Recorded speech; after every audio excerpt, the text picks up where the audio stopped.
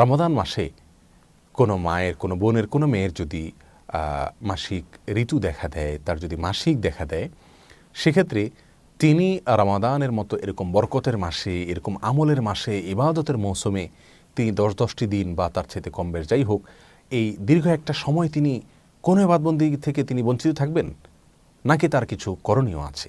আজ আমরা সেই বিষয়টি জানার চেষ্টা করব। প্রিয় দর্শক, আমাদের মা বোনদের অনেকেরই এ বিষয়ে আক্ষেপ থাকে যে আল্লাহ সুবহানাহু ওয়া তাআলা আমাদেরকে মেয়ে হিসেবে সৃষ্টি করেছেন, বিধায় আমরা রমাদানের এই দীর্ঘ বেশ কয়েকদিন পর্যন্ত আমাদের মাসিকের কারণে, এই শারীরিক অসুস্থতার কারণে আমরা সিয়াম পালন করতে পারছি না, সালাত আদায় করতে পারছি না, রমাদানের বারাকা আমরা নিতে পারছি না। তাদের জন্য কিছু সান্ত্বনার পয়েন্ট আছে। প্রিয় দর্শক, প্রথম কথা হলো, আল্লাহ সুবহানাহু ওয়া তাআলা আপনাকে যদি কোনো অসুস্থতা দেন আর আপনি সুস্থ থাকা অবস্থায় আল্লাহর কোনো ইবাদতবন্দেগীকে কন্টিনিউ করে থাকেন, তাহলে অসুস্থ অবস্থায় আপনি যদি করতে নাও পারেন, রাসূল আকরাম সাল্লাল্লাহু আলাইহি ওয়াসাল্লামের একটি হাদিস দ্বারা সুস্পষ্টভাবে প্রমাণিত হয়, অসুস্থ অবস্থায় না করলে আল্লাহ সুবহানাহু ওয়া তাআলা করার সওয়াব আপনাকে দান করবেন যদি আপনি সুস্থ অবস্থায় সে আমলটা করে থাকেন। অতএব মন খারাপ করার কোনো কারণ নেই। দ্বিতীয়ত যে কথা বলবো তা হলো, আল্লাহর ফায়সালায় সন্তুষ্ট থাকা, এটা কিন্তু শুধু ইবাদত না, এটা ঈমানের অংশ। রেদা বিল কাদা যেটাকে বলা হয়, আল্লাহ সুবহানাহু ওয়া তাআলা আপনাকে অসুস্থতা দিয়েছেন, আপনি ইবাদত করতে পারছেন না, আল্লাহর এই ফায়সালা যদি আপনি মেনে নেন, তাহলে আপনি ঈমানের ক্ষেত্রে আপনি পূর্ণাঙ্গতা অর্জন করলেন। এটি শুধু ইবাদত নয়, ইবাদতের উপরের ইবাদত ঈমান।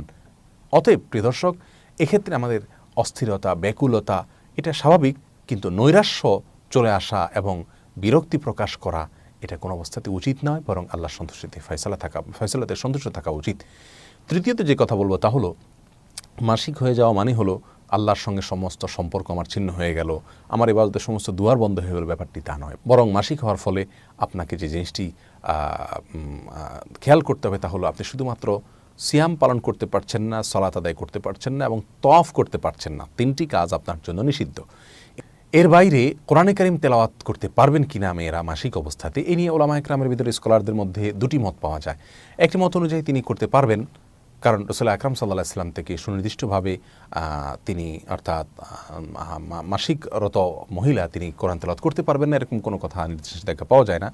এক্ষেত্রে যে কয়েকটি হাদিস পেশ করেন যারা বলেন যে মাসিক অবস্থাতে কোরআন তেলাওয়াত করা যাবে না, তারা সেগুলোকে, যারা বলেন যে করা যাবে, তারা সে সমস্ত হাদিসকে অ্যানালাইসিস করে বলেন যে এগুলো জাইফ, এগুলোর সনদ সহিভাবে প্রমাণিত নয়।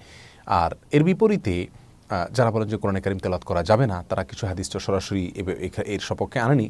এর পাশাপাশি তারা বলেন যে যেহেতু গোসল ফরজ হওয়া অবস্থায় জুনুবি ব্যক্তি, যার গোসল ফরজ হয়েছে স্ত্রী সহবাস বা বীর্যপাতের কারণে তা অথবা যে কোনো কারণে গোসল ফরজ হয়েছে, গোসল ফরজ হওয়া ব্যক্তি কোরআন তেলাওয়াত করতে পারবে না বলে ইসলামে স্পষ্ট হাদিস রয়েছে, এক্ষেত্রে বিশুদ্ধ হাদিস রয়েছে।